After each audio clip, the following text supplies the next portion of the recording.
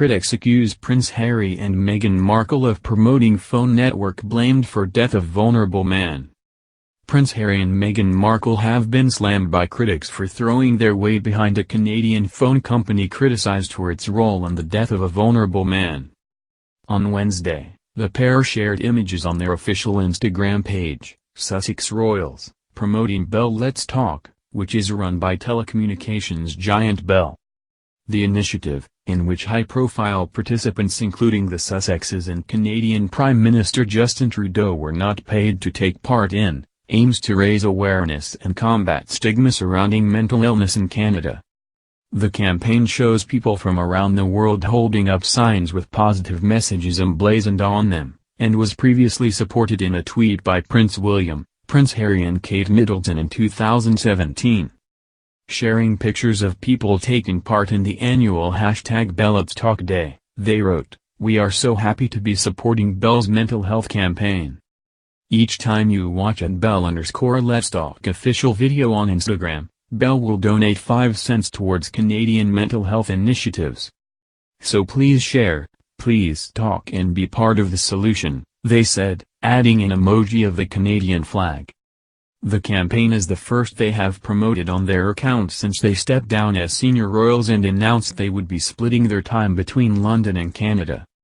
However, Bell has been widely criticized for its high costs and its role in the death of Canadian prisoner Cleve Geddes. He was found unresponsive in his cell in Ottawa Carleton Detention Centre around February 8, 2017, having hanged himself. He died 2 days later.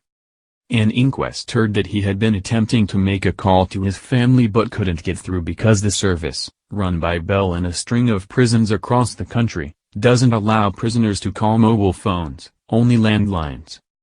Geddes, a paranoid schizophrenic, had been arrested the week before by police investigating a threats complaint made by his father, and should have been in a hospital for a psychiatric assessment.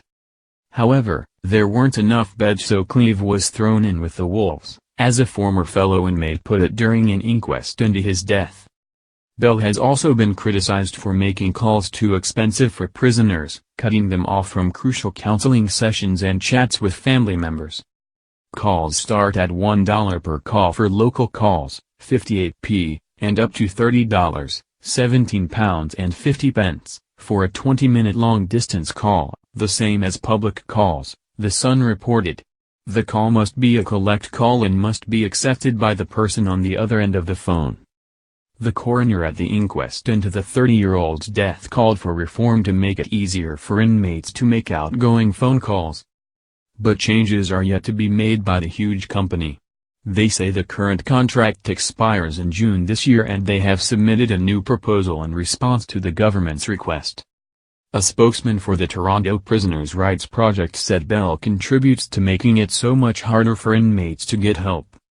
Speaking to The Sun, they said, in 2017, Cleve Geddes committed suicide in an Ottawa prison after trying to reach out during a mental health crisis.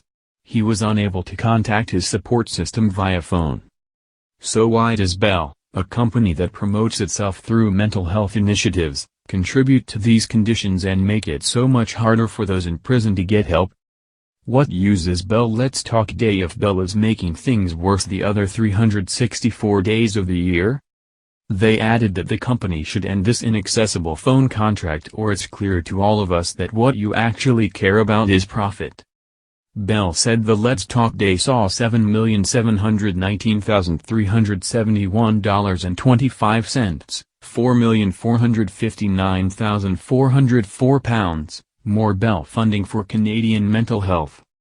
Criminal lawyer Michael Spratt said Harry and Meghan, who said they were so happy to be involved, should do their research into local issues before wading in.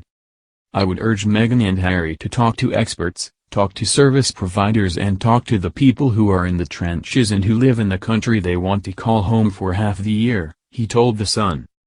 Bell's $50 million mental health campaign was founded in 2010 with a view to create a stigma-free Canada and drive action in mental health care, before being renewed in 2015 for another 5 years, with a target of raising $100 million. The initiative encourages social media platforms to engage individuals in raising awareness of mental illness.